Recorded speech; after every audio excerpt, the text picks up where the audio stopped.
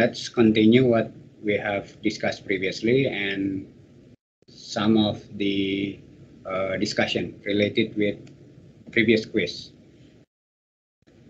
So I hope you can see the slides relatively well. Now we have internal energy and external energy. And where is the location of thermodynamic? Actually, some of them will be in the external energy, but we are focusing on internal energy. What is the meaning of internal energy? The energy that coming from molecular motion. You remember in your first grade, there is a translation motion, and then rotation, and also vibration.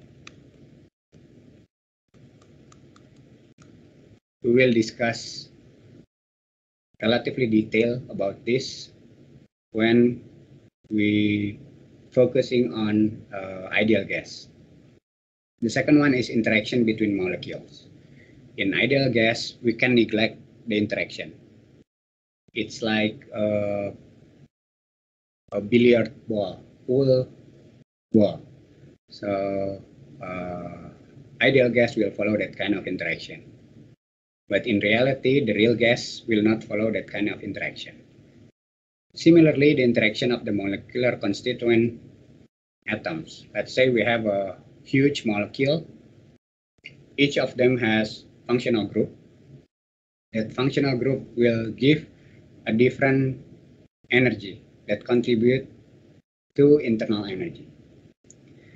So this is what really happened in thermodynamics. You remember in our last quiz, using the simple equation, delta U as internal energy difference is equal to heat plus work.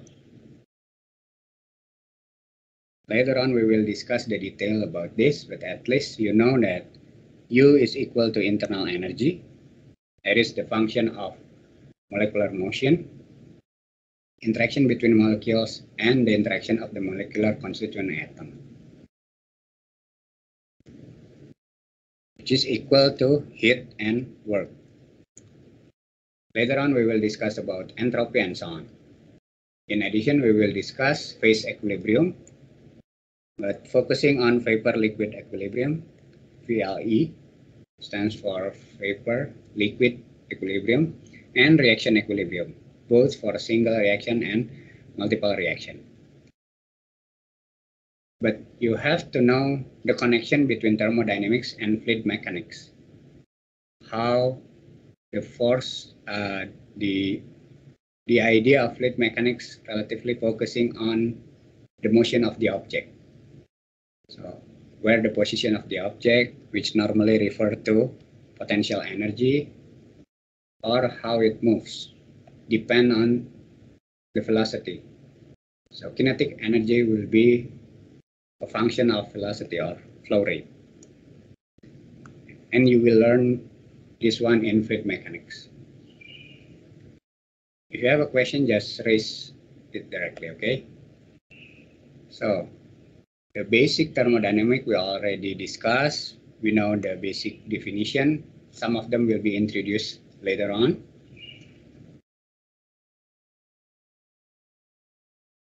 All of these basic thermodynamics will be used in a different, inside the curriculum, there will be a different subject, different course. This is one of the example. We have utility system, which consists of how the burner, the combustion, furnace, boiler, and so on work. Similarly, based on thermodynamic, we need to evaluate the refrigeration system. And also with additional information based on heat transfer, we can have an integrated design for unit operation. In addition, some of this will be discussed in undergraduate. Some of them will be discussed for postgraduate, both for master and doctoral student. That's why I mentioned previously, the book itself will be used not only for undergraduate student, but also master and doctoral student. So when everyone asks me which chapter should we go in details, basically almost all chapter, but the level of the knowledge itself is not as deep as for master or doctoral student. All of this basic thermodynamic, even though not only for a single component but also multi-component, will be used later on when you pursue a higher degree, in this case advanced thermodynamic, which still using the same book, the same textbook. Now, how the thermodynamic works in real case, in problem solving. We will focusing on the first and the second law of thermodynamics to evaluate internal energy, enthalpy, work, and heat. Each of them will be evaluated in details to solve the problem. Some of them will need additional information. For example, this is the typical chemical engineering problem. You have a heating or cooling issue. That most of the problem can be solved using thermodynamics only, without any additional information. Expansion or compression problem, the phase change. You know, when you have a liquid and it starts to evaporate, the volume will increase significantly. So when we design a boiler, we need to consider that one. Or if there is a problem inside the boiler where the pressure is over the normal operating pressure, we can evaluate the performance of the boiler based on thermodynamics. Similarly with chemical reaction or phase equilibrium. Okay, so we can answer to the problem of chemical engineering. This is a simple course, but it will be used not only in your second grade, but also in the third and also your final grade, final year. Okay, the next one is the introduction of the system. Pak Sanggono already mentioned about this briefly, so I just want to emphasize again. There are four types of system: open system, closed system, adiabatic, and also isolated system. Let's imagine like this. We have a glass of water. When you have an open system, you can have a mass interaction. You can pour the water in or take the water out. This is what's called by mass interaction. Okay, this is mass. The second one, there will be heat interaction. You can put the energy using additional heater from the outside. So there will be heat in, or when the temperature is already increased, you leave it in relatively lower temperature, you will have a heat out. So heat interaction is occurred. And the last one is related with work interaction. Let's say you put a propeller inside the system or the impeller. When you try to steer it, the work will give extra energy to the fluids. This is the reason why in open system there is a work interaction. Or another example, let's say you can put magnetic stirrer here, and then put on top of a steering machine. In that case, you can put the work into the system. Okay, as simple as that. That one is for open system. Now for the closed system, it's almost similar, but you put a lid on it. So you cover the glass to make sure there will be no mass interaction. Okay, so it's not possible to have mass interaction, but the remaining one still exists. You can have heat interaction or work interaction. You can put a magnetic stirrer here and then put the work into the system. Like in previous quiz, there is a work in or work out. Okay. Similar with the heat, you can put the heat in or heat out. The third one is adiabatic system. This is almost similar with the closed system, but you put insulation here. Heat insulation. So not only mass interaction that cannot be occur, but also heat. Heat interaction is not possible in this case. It's like when you have a insulated vessel, thermal insulated vessel, you can maintain the temperature inside even though the temperature outside is relatively lower or higher than the existing temperature inside the vessel. When you want to put the energy from the outside, it cannot penetrate into the system. That is the ideal case for adiabatic system. And the last but not least is isolated system. So in adiabatic case, you still can put magnetic stirrer, and then using a stirring machine, you can put an extra work into the system. But it's not happening for isolated system. So all mass, heat, and work, we cannot have interaction for this kind of system, the isolated system. Okay, I believe you already aware about that, but please be aware about this one. The one that I give an example previously, it's that one is the real boundary. The lid itself, you can see it clearly, similar with the heat insulation. But sometimes the closed system can be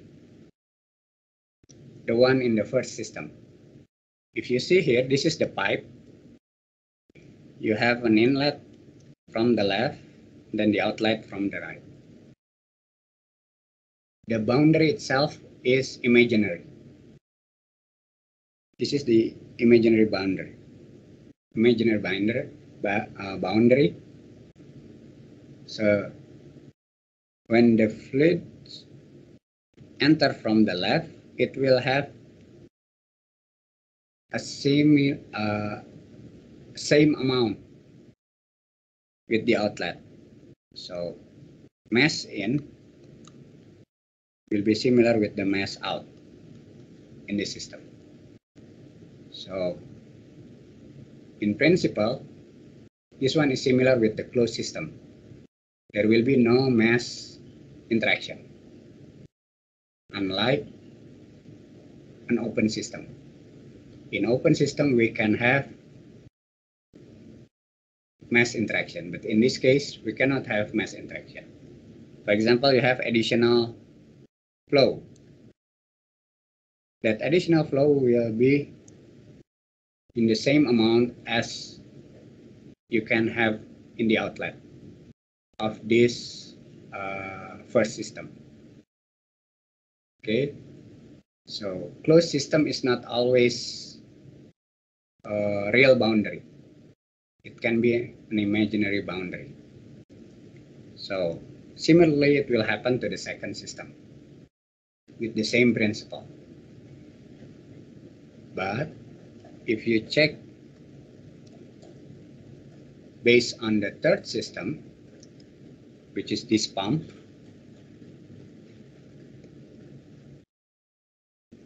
you can see that one is open system, even though it has a real boundary that limiting all the pump system.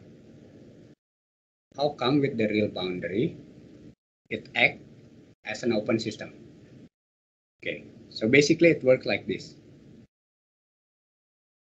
When you have a pump, according to the level of performance,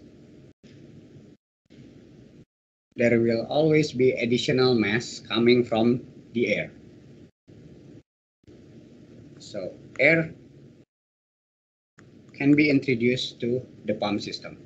That's why when you have a problem with the pump, instead of the water that coming out from the outlet of the system, you can have additional air bubble in your system, in your pump system. So this is one of the reasons why pump as a whole can be considered as an open system, not the closed system. Because the mass in at this point might be different with the mass out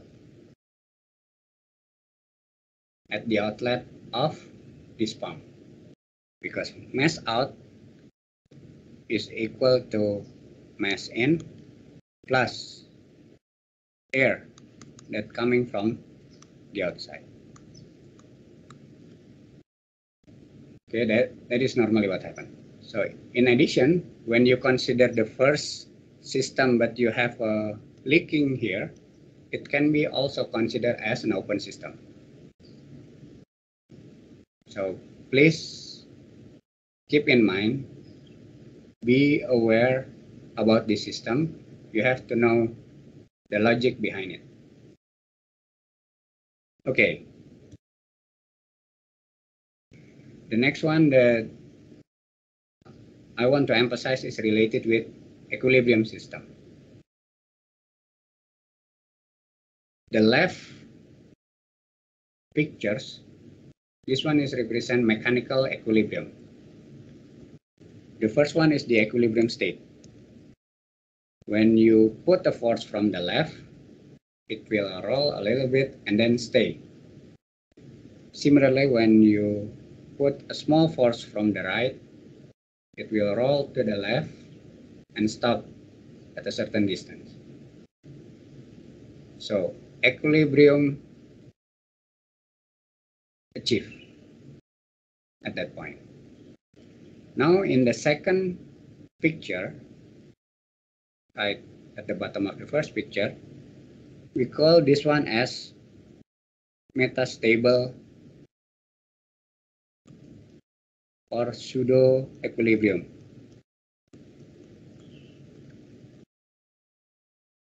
When you put a small force from the left, what will happen? The ball will start to roll and then continuously move toward the lower elevation. Similarly, if you put the force from the right. Okay, and the last one, when you put a ball on this kind of slope, it will roll immediately. So it will not reach the equilibrium state. Okay, that one is the analogy for mechanical equilibrium. Now what happened in our case, in fluid equilibrium? This is an example of liquid and vapor equilibrium. When it reaches equilibrium, the one that I mentioned previously, VLE, vapor liquid equilibrium, is where the condition of vaporization rate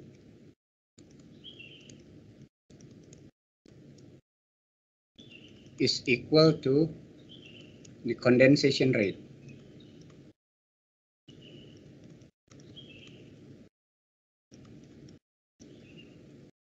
So in a real case, let's say you have a water in 25 degrees C and you put it in the environment with the same temperature, 25 degrees C. At that point, the vaporization rate of the water will be the same as condensation rate of the water at that temperature. In that condition, even though you have an open system. Is it possible to have equilibrium at higher temperature? Yes, it's possible. How? Put a lid on it, like we discussed previously, using a cup of coffee as an example. Let's say this coffee temperature is around 40 degrees C, while the surrounding temperature is 25 degrees C. Okay, you put a lid on it. This is the initial state.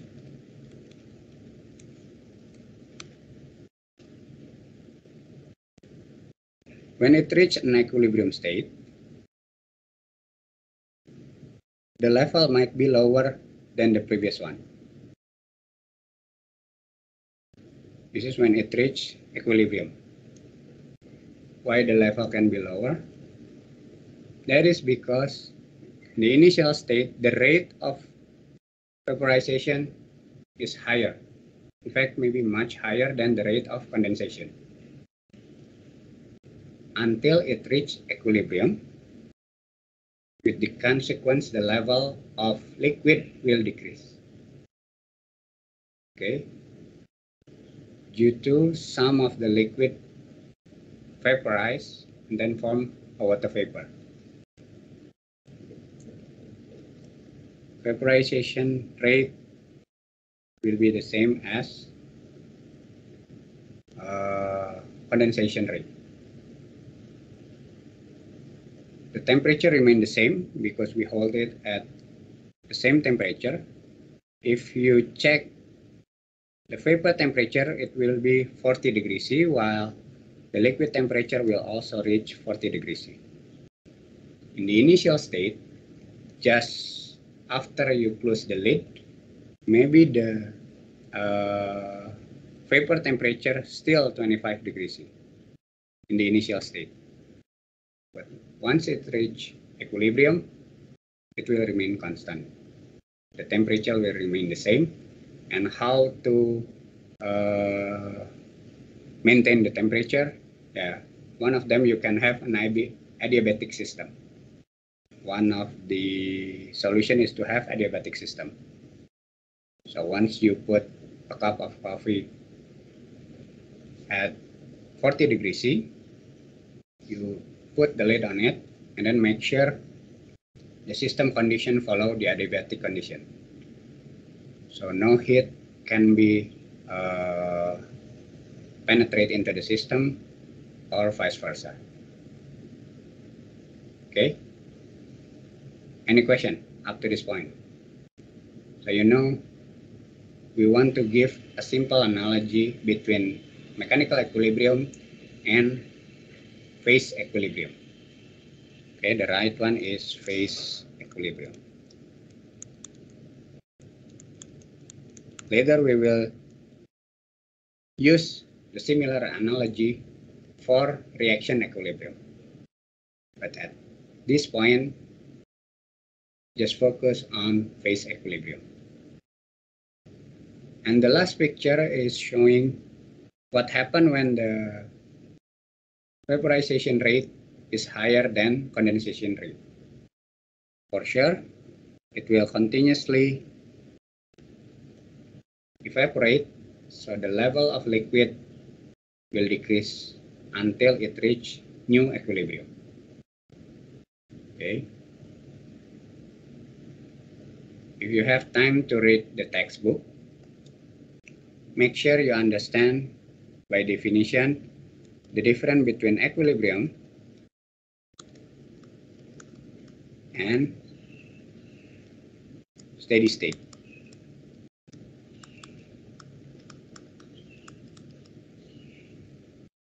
These two are different meaning between equilibrium and steady state. When you have an abundant liquid and then evaporate at a certain rate of vaporization, and it takes continuously in the same or constant rate, we can consider that one as steady state. In other words, steady state is a function of time, but equilibrium is not a function of time. Okay, this is an example. The initial state of 40 degrees C, and it reached an equilibrium. We don't know. The thermodynamic cannot predict how long will it take to reach equilibrium. Similarly, thermodynamic cannot predict how long it will take to reach steady state. Later on in reaction equilibrium, we can predict maximum conversion for a certain reaction. Let's say A into B. We can predict maximum conversion of A at a certain condition, certain operating condition. The operating condition means certain pressure and temperature.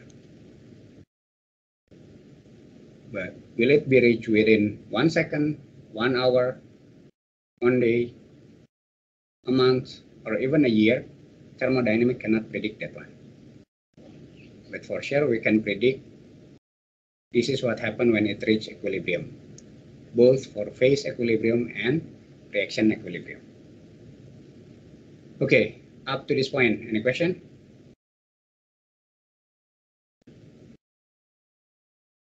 No?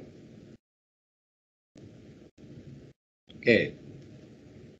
The next one, this one is still relatively introduction, because we want you to understand the basic definition or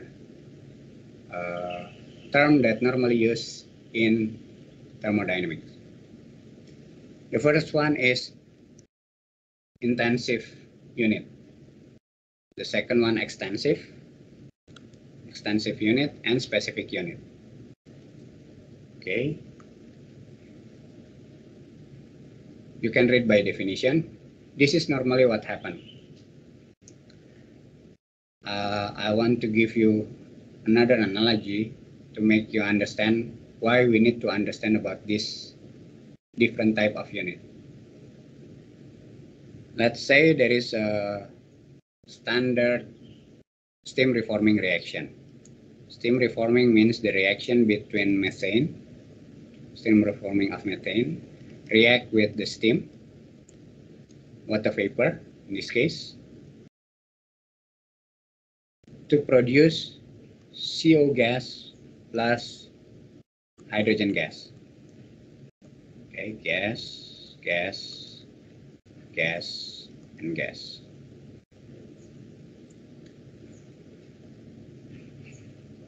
Let's say a certain catalyst can make this reaction happen at 5 bar pressure and 500 degrees C. This is the operating condition. The first researcher tried it inside the lab using a very small reactor, let's say only ½ inch in diameter, So ½ inch is around 1.2 centimeter, a very small diameter. This researcher put this reactor, small reactor, that consists of methane, 1 mole of methane and 1 mole of steam, try to react in 5 bar condition at 500 degrees C inside the furnace, and it worked. And then he tried to make it in a commercialization plan, in a commercial plan.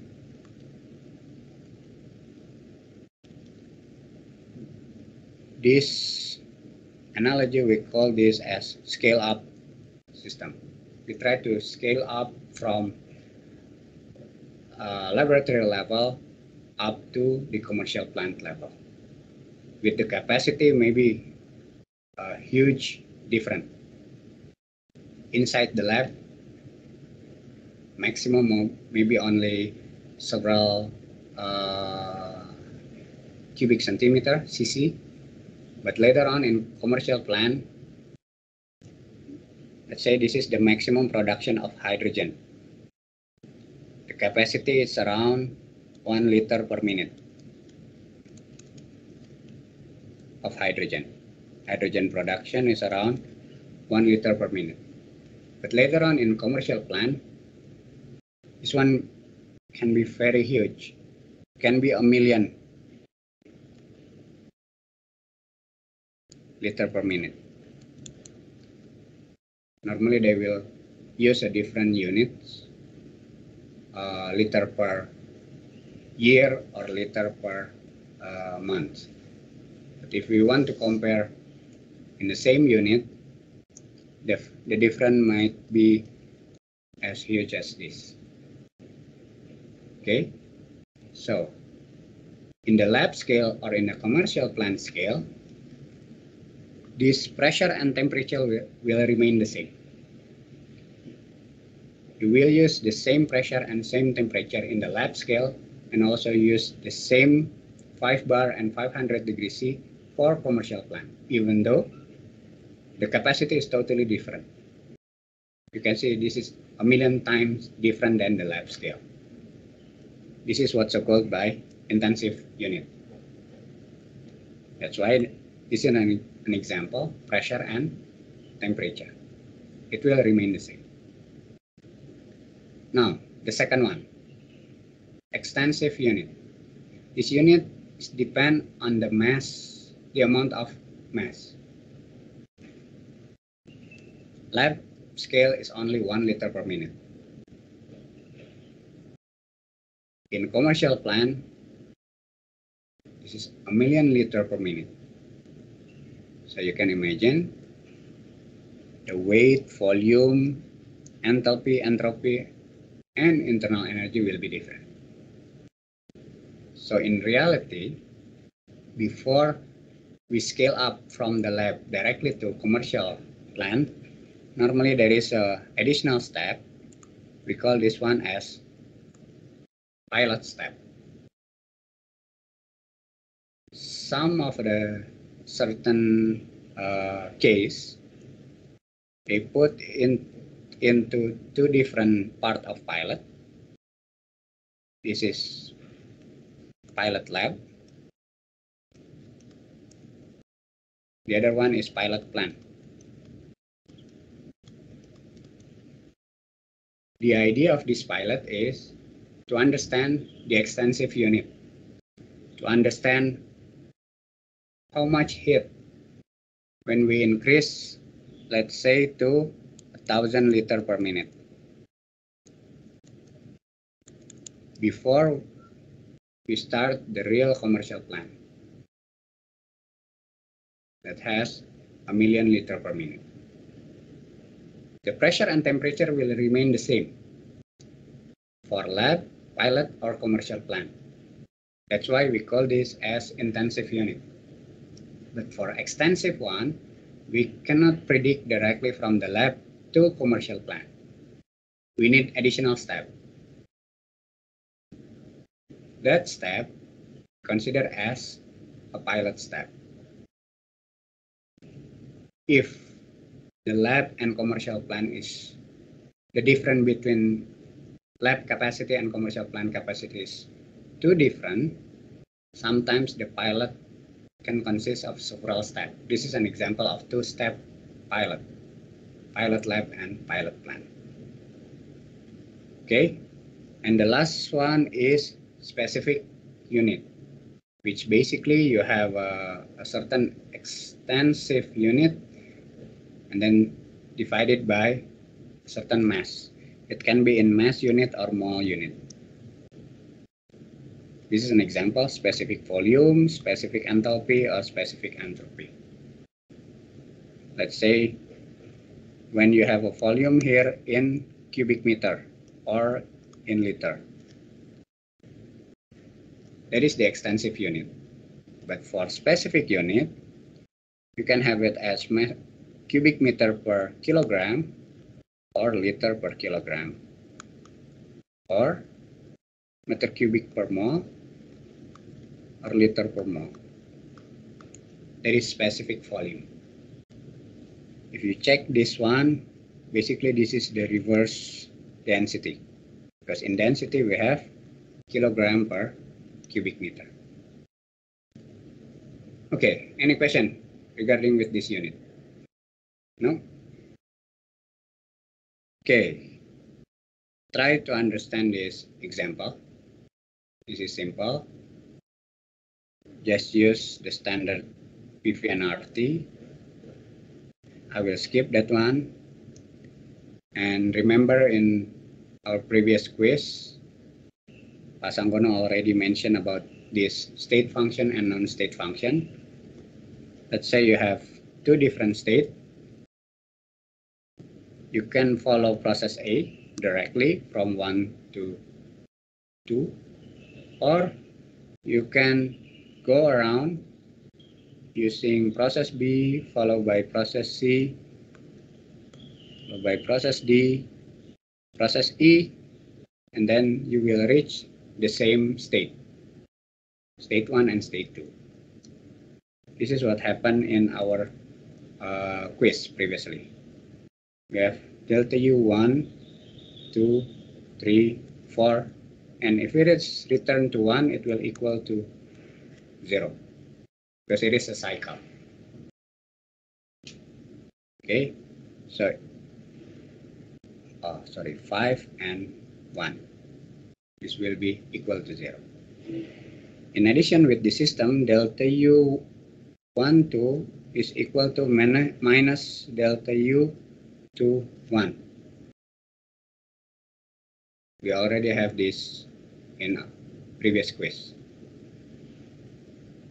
So you have U1 here, U3, U4, U5, U2. Delta U1, 2 means U2 minus U1. You can use a direct process A or use the circling process. But it will not happen with the Q. QB, WB, QC, WC, DWD, QEWE. This one is QAWA. Remember that QA is not equal to QB plus QC plus QD plus QE. Similarly, WA is not equal to WB plus WC plus WD plus WE. Remember, just follow delta U is equal to Q plus W.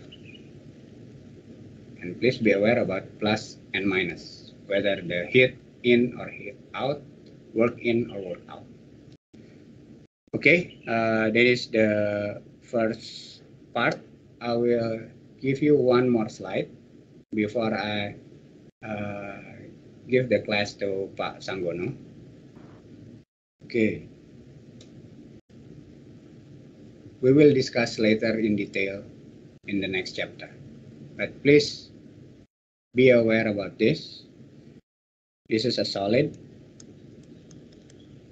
liquid, and vapor. This is the PT diagram for pure component. It can be water, ethanol, methane, any kind of pure component. We call this as a phase diagram or PT diagram. You can see the difference between vapor and gas. A means when you have a solid at a certain pressure. Let's say this one is 1 atmosphere. Imagine this phase diagram is for water. In 1 atmosphere, if you increase the temperature, remember this is temperature, the x-axis is temperature. At a certain point, it will start to transform from solid to liquid. Imagine this is water diagram. Any idea what is the temperature here?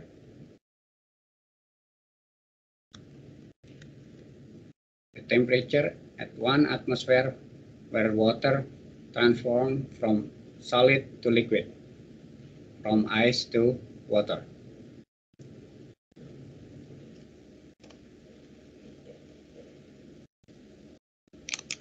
Come on, this one is simple. Just try your luck then. Any idea which temperature at 1 atmosphere water transforms from ice to liquid to water? 0 degrees Celsius. Okay, 0 degrees C. Let's continue. Increase the temperature again until it reaches this line. What is the temperature here? 100 degrees Celsius. Okay, good. 100 degrees C.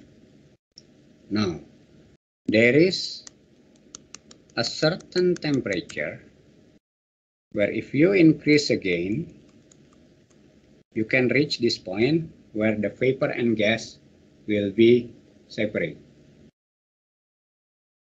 So basically, what is the difference between vapor and gas? Imagine like this. You have 100 degrees C, the equilibrium between vapor and liquid. Let's try to decrease the pressure to half atmosphere. So you will have somewhere here. The condition still in vapor at 100 degrees C, pure vapor. And then try to increase the pressure until it reach, let's say 10 bar, 10 atmosphere. What would be the condition, the state of this water? Water vapor or water liquid? Liquid water.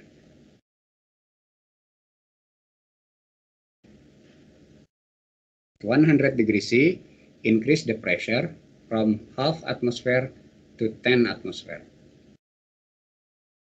What is the state? Is that liquid, sir? Yes, it's liquid, correct. Now, let's say you have the same half atmosphere, but you increase the temperature to 300 degrees C. It will sit somewhere here. Do the same thing. Increase the temperature. What will be the condition? Increase the pressure, sorry, from half atmosphere to 10 atmosphere. What would be the water state? Gas. Okay, it will remain gas. So the difference between vapor and gas now you can understand, right? Vapor state is when you have at a certain temperature, you increase the pressure, it will transform into liquid, but it's not happen to gas. If you increase the pressure at the same temperature, it will remain as gas. And where is the boundary? The boundary is here. The temperature at this point is critical temperature. C means critical. Similarly, if you use this line, you will have critical pressure. Okay, we will discuss the detail about critical pressure and critical temperature later on, because this is the basic principle for ideal gas. Any question up to this point? Sir, I still don't understand what is water vapor versus water gas. Okay. Thank you. Good. Water vapor means when you have the condition at certain temperature, in this case 100 degrees C, you increase the pressure, it will transform from vapor to liquid. Okay, when it reaches equilibrium, it will transform from vapor to liquid. That is water vapor. Now, when we consider water as gas, this is an example. Water in 300 degrees C at half atmosphere, it will be in a gas state. Why not in vapor? Because if you increase the pressure continuously, even much higher than 10 atmosphere, let's say 50 atmosphere, it will remain in gas state. In fact, it will enter what's so-called by supercritical region.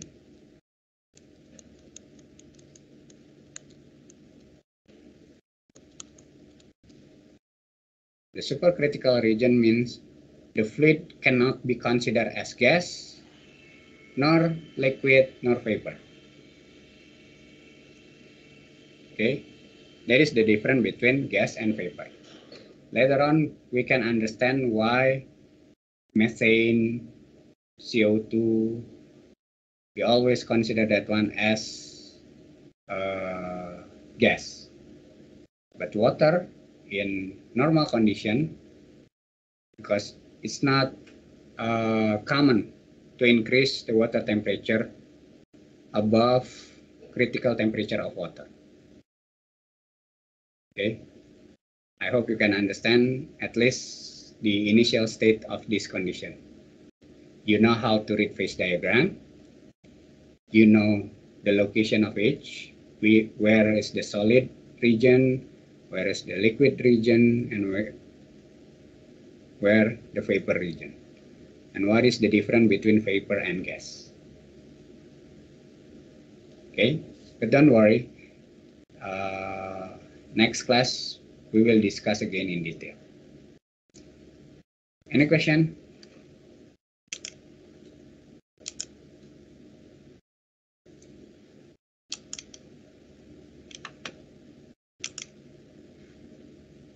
Because this is the standard one before we enter ideal gas.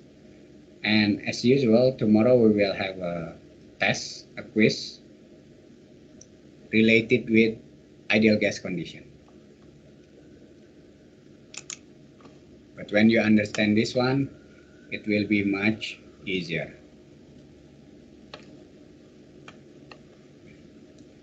If you don't have any other question, Pak Sanggono, if you want to add something, please, Pak. Okay, yeah. Can I share the screen? Yes, please. Okay, it is just an introduction for tomorrow, because tomorrow we will discuss about the internal energy, the enthalpy, the specific heat capacity, things like that. I just want to build the logic in a short time. This is a piston that we have discussed last week. If we move the piston to the left, it is a compression, so the volume will reduce. If we move the piston to the right, it is expansion. The volume will expand, increase in volume. Okay, now I would like to ask, this is a simple logic. If I move the piston to the left, and then the volume becomes half of the original volume. The pressure increase. It might be twice as high as the original pressure. Now the question is the temperature inside here. Is it increasing, it is decreasing, or it is constant? Please respond.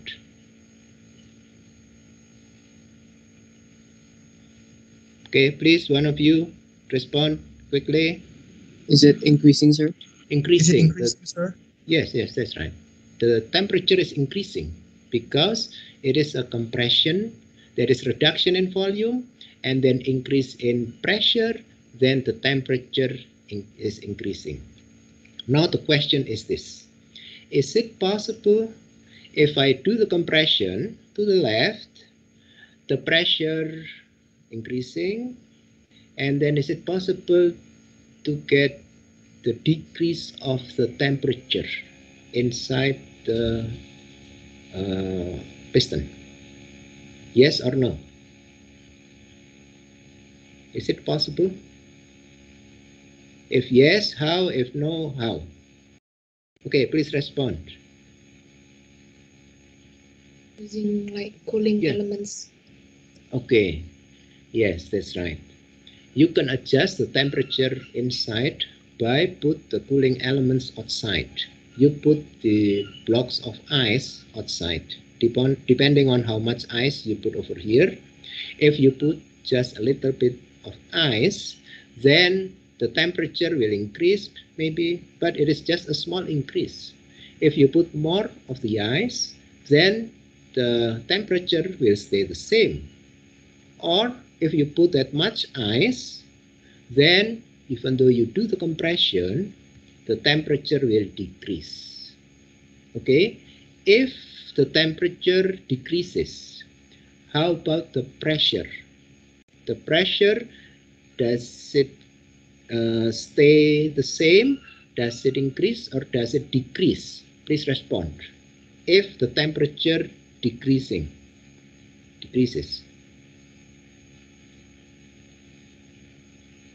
Please, one of you.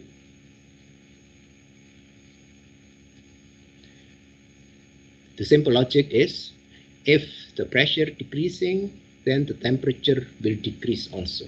Or the other way, if the temperature decreasing, the pressure decrease, or if the pressure decrease, the temperature decrease also. So basically, they work together. Temperature, pressure, and volume. To the left, it is compression. To the right, it is expansion. Usually, we say that if it is compression, there is an increase of pressure. But in this case, if we take the energy, we can adjust. Compression or expansion, it is just about the volume. It is not about the pressure. That is the point. Okay, so the work is the delta of the volume multiplied by the pressure, and if there is a movement, we call it work. If it stops, stay over here, we do not call it work. So now we have learned there is some heat released or heat taken out, and then there is temperature, pressure, volume, and then as indicated by Pak Hardev, there is an internal energy. Later, tomorrow, we will learn about how about the internal energy, how about the enthalpy when we add energy over here.